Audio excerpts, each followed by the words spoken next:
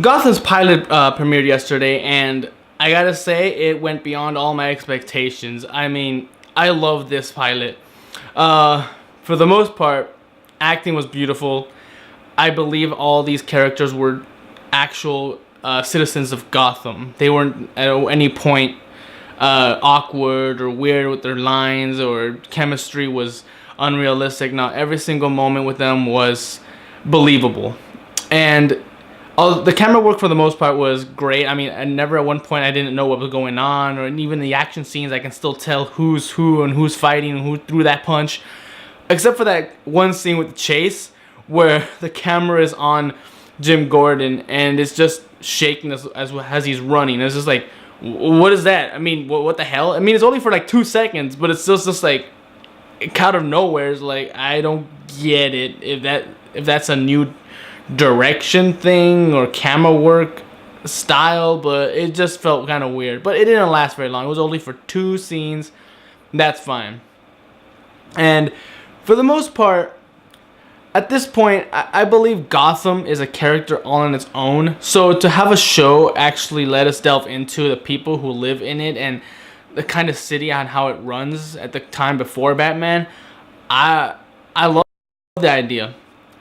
I mean, at this point, I think Batman wouldn't be as good of a superhero if he didn't have Gotham to be the point of his saving. If he wasn't born in Gotham, if he wasn't so dedicated to protecting it from itself, I don't think he would be as interesting as a character. Gotham itself just kind of built Batman from the ground up, and I like that.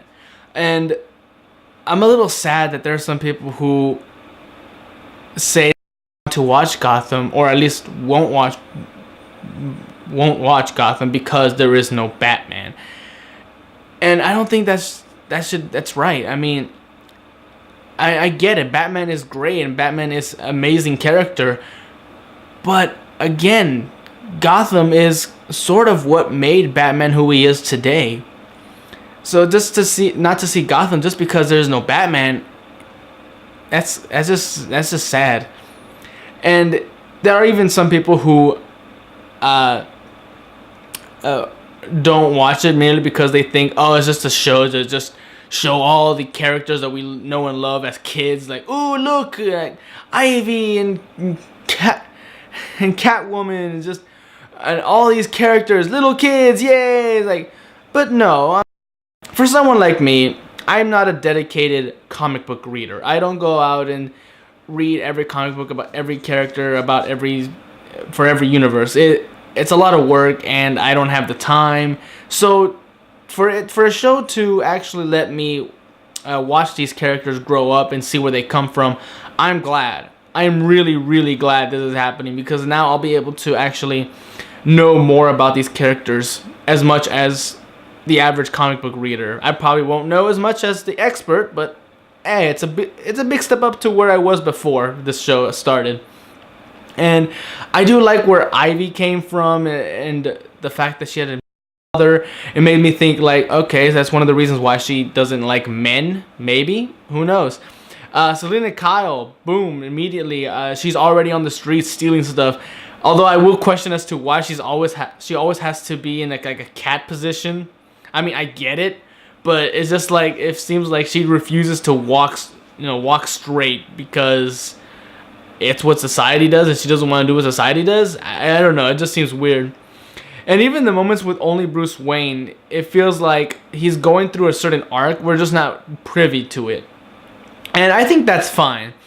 Even though we don't get to see much of his parents before they get shot, or even get to know much of Bruce Wayne while he's going through his ordeal, I think the point should be Gotham and its citizens. I think Bruce Wayne is just going to be a point for Jim Gordon to go off with his investigation and delve more into Gotham's darkness. And I especially like Nigma, future Riddler, and Oswald Cobblepot. Although I will question as to what origin they're giving the Penguin, because by the ending of this episode, it made me feel like is Oswald gonna be more of the monstrous penguin as he was in Tim Burton's movie? Because he doesn't seem to be coming from a rich family, or maybe he does and he just fell into hard times. But at the end, it just seemed like he was desperate for food and looks all grangy and with sewer water all over him. So he's gonna become that under the city monster as he was in Tim Burton's. If so, okay. A little over the top and cartoony, but maybe they can make it more realistic. Who knows? And I definitely like the crime bosses in this city. Fish, for the most part, comes off as a very angry woman. She puts up this front of being calm and in control, but when things don't go her way, my gosh, she loses it quickly, almost like any two-bit mob boss. And it's just like, you disrespect me, I immediately go out and kill everyone you know. It's like, that's jumping the gun a bit. And I like how it offsets with Falcone. In this one, Falcone is a respected member of society for the most part amongst people, but I know they put up a front, and I like that. I mean, when Batman Begins came out, I was a little disappointed about Falcone. I didn't know much about him. In fact, it was probably the first time I ever heard of him, but he just didn't seem like a big city crime boss. It just seemed like he seems like any other two-bit thug who's hired to, protect this shipment. But in this one, it feels like he is a boss. He is a businessman. He's out there actually cultured and educated, and he knows that the city can't run without crime just as much as crime can't run without law and order. And it's all just a balance, a circle of life sort of thing. And I like that. I really like that about this Falcone in this universe. And Jim Gordon, he immediately comes off as a character who wants to change the system, but he's still playful and willing to go through any lengths to perform his justice. But at the same time, he knows that he can't push too hard or the city will crack under on him, and it'll probably kill him and his wife. So, yeah, I mean, I like that. I mean, like, I always question about cops who push too hard. I mean, like take it easy. You have to take things one step at a time, and I like how Jim Gordon is doing that. Bullock himself is also a very good cop, and he knows how the system works. He knows how he has to play along. He knows that he's ready to help, but at some point he has to back off and really just listen to some of the criminals in order for justice to be served, if justice of any kind at all. And it's kind of sad how this city works. I mean, sure, Gotham's always been crappy and corrupt, even after Batman showed up.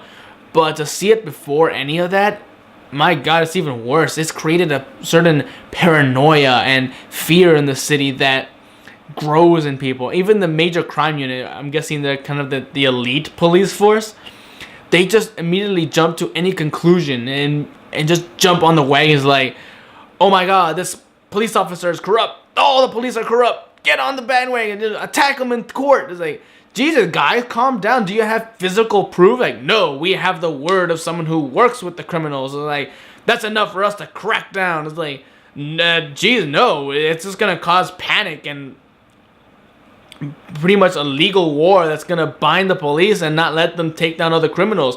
Take it easy. Take a few steps back and look what you're doing.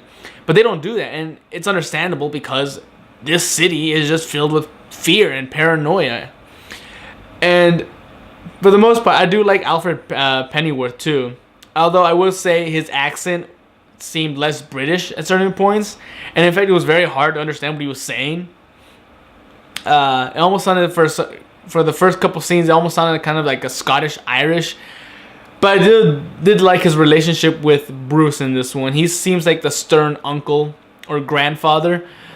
Because when Bruce is on top of the roof, you would assume he's trying to commit suicide, but no, he's trying to conquer fear. But usually you still be like, oh my God, don't do it. You know, you have so much to live for. That's pretty much the first thing you think of doing. But Alfred just sees him and is just like, hey, boy, what the hell you up there? What are you doing up there? Get your ass down. It's like, Alfred, that's not the way to talk to someone who's possibly thinking of suicide. But Thankfully, Bruce is not doing that. But like I said, yeah, Bruce is going through a certain arc. And on one point, I am sad that we're not going to probably see it that much. But on another point, I'm thinking it's glad, because if we see too much of him, we're gonna start asking for more Bruce Wayne, more and more him growing into Batman. It's just like, no, this is the story about Gotham and its characters. So really, this was a fantastic pilot. I really can't think of anything else that kind of confused me. Although I will say that the camera work itself was good. I always could tell what was going on. I never was confused about who's fighting who threw that punch. I will say that that one scene though with Jim Gordon chasing Pepper, and the camera just shaking along with him, it's kind of weird. It's just, I don't know why they were doing that. And other than that, there's really nothing that wrong with this episode. And so far with this series, I want to see where it's going to go. I want to delve more into these characters and how they're affected by Gotham's evil, kind of. It's taint, it's corruption. And I feel like they're all decent people who are just trying to follow the rules and try to become successful in their goals without trying to become just footnotes in other people's stories. And I think that's really the driving force behind the characters in this series. But all in all, great episode. I can't wait to see what's going to happen in this series. I am excited. So until the next episode, I'm Tony Dragon. Bye-bye.